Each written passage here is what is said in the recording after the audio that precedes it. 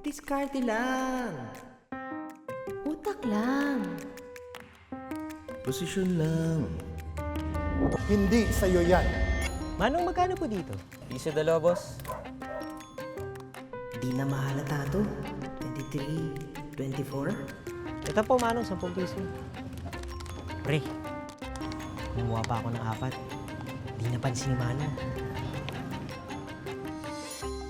Guys, palabas na ng ospital si May pero kulang pa daw siya ng 10,000. Ambagan sana tayo. Sige. Dito nyo na lang lagay kung magkano yung kaya mo.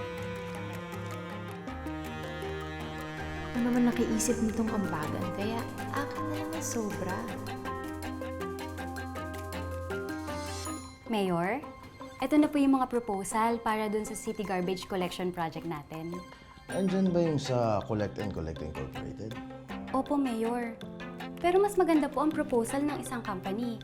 Mas marami po tayong matutulungan sa offer nila. Siyempre, kay kumpare ko bibigay. Sayang komisyon ko dito. Collect and Collect Incorporated ang kukunin natin. Hindi sa'yo yan. Pera ng bayan yan, Mayor. Hindi sa'yo yan. Para sa office suite mo ang sakit yan, Camille. Hindi sa'yo yan. Para sa hanap buhay ni Manong yan, Mark.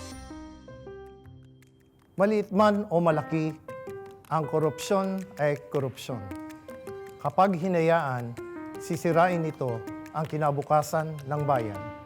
Kaya maglakas loob sumigaw ng, hindi sa'yo yan.